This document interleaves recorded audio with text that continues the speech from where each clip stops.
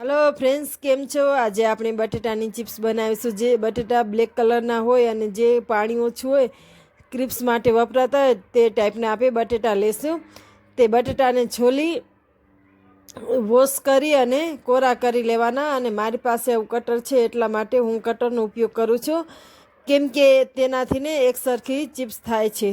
જો તમારી પાસે આ ટાઈપના બટેટા ન હોય, રેગ્યુલર બટેટા હોય, તે બટેટાની ચિપ્સ પણ થઈ શકે છે। તે બટેટાને ધોઈ છોલી ચિપ્સ કરી અને ડાયરેક્ટ અધકચરી બાફવાની।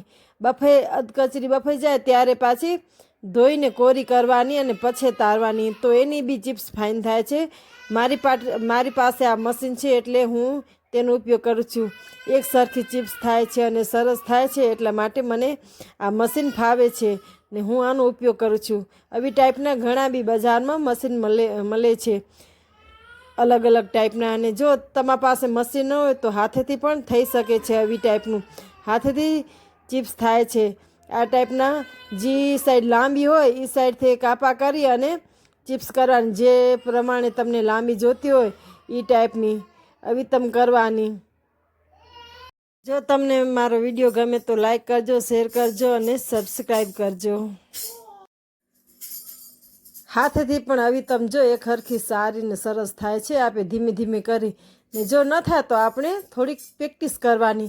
આવી તમે એક સરખી થઈ જાય છે, હાથેથી પણ ફાઇન થઈ જાય છે। તો કટર ન હોય તો હરુભરું કટર હોવું એ જરૂરી નથી।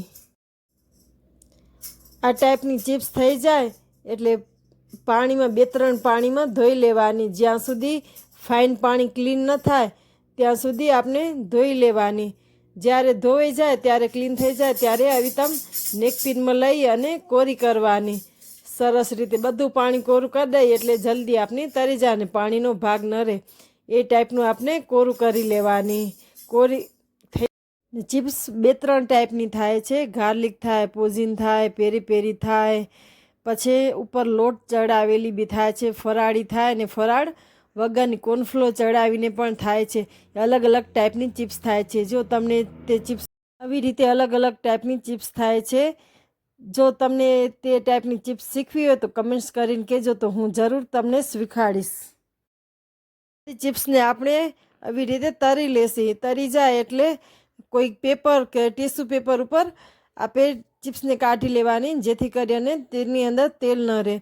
અને થોડુંક નિમક આપણે જે પ્રમાણે સ્વાદ પ્રમાણે જોતું હોય તે પ્રમાણે નિમક નાખી અને મરી નાખવાના, કેમ કે મરીનો ટેસ્ટ તીખાશ સારો આવે છે અને તેનાથી ગેસ પણ નથી ભરાતો, એટલા માટે મરીનો ઉપયોગ કરી તો સારું થાય છે। બીજી ચિપ્સ તરે ત્યાં સુધી આપણે સલાડની તૈયારી કરી લઈ। સલાડના પાંદડા એક બધા અલગ કરી અને સાફ કરી લેવાના। સાફ કરી અને થોડીવાર માટે પાણીમાં પલળવા દેવાના। થોડીવાર થઈ જાય એટલે નેકપિનમાં અથવા કોઈ બી કાપડમાં તેનું પાણી કોરું કરી લેવાનું અવિતમ, જેથી કરી અને તેની અંદર પાણી ન રહે અને સાવ કોરું થઈ જાય। અને જો આપણે થોડીવાર રહીને જોતું હોય તો કપડમાં જ વીંટી દેવાની।